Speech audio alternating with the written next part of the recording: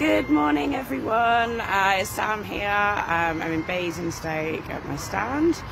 It's not quite such a nice day today. It's a little bit overcast, but we've still got a decent turnout. There's our Basingstoke Stand is. We've also had visitors this morning. We've got a couple from a stand in Park Coventry and someone here from a stand in Park Farnham. Family together, which is really, really nice to have visitors and meet people from other stands and hear about how their stand's going and what they're getting up to. Yeah, it's been really lovely to meet them.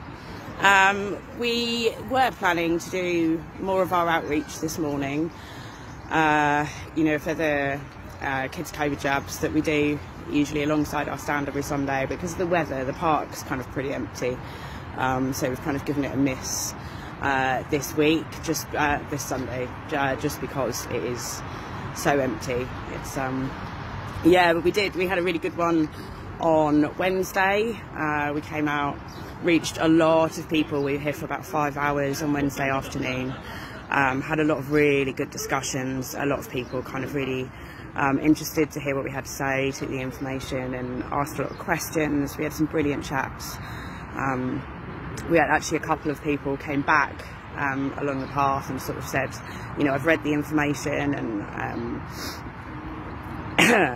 yeah, had to think about what you've had to say, and they've said, oh, good morning, Sherry, and they've sort of said, yeah, I definitely won't be getting my kids jabbed after, you know, the information you've given. And it's a really, really brilliant really brilliant feeling to sort of know that you've been able to kind of save those kids from, you know, the potential for you know, catastrophic side effects that sort of, you know, the vast majority of the population seems to be ignoring. There was one family that really stuck in my mind. It was a woman with 2 boys, and she said, you know, it's too late. She said, we haven't got a choice. And we had quite a long discussion with her. Sadly, that morning she'd taken her son to get his. He stood there with the little sticker saying, I've had my COVID vaccination. And it was absolutely heartbreaking. She said, we've got no choice. We need to travel. She said, we can't travel to where we need to go without having it, so we have to have it. She said, I need it to work. She said even KFC wouldn't employ her if she hadn't had the vaccine. I mean, obviously when I say vaccine, I use it in inverted commas. It's not a vaccine, we all know that, but it was a very difficult conversation talking to her, because obviously she just had her son, he'd just had this injection, and it was trying to talk to her and, you know, perhaps sort of say, you know, really think twice before you do any more, and try and give her some information, and without, you know, terrifying her of you know, obviously, you know, the potential consequences there. After she sort of went away, I will admit, you know, I had to take a few minutes. I had a little bit of a cry.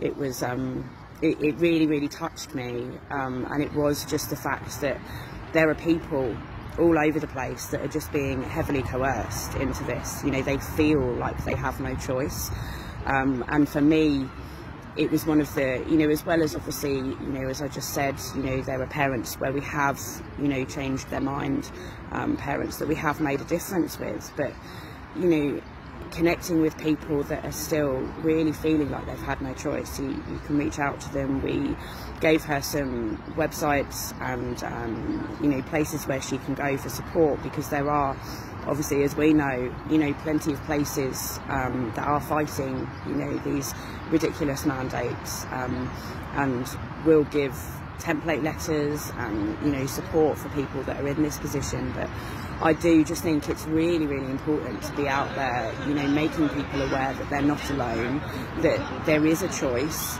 that there is support, and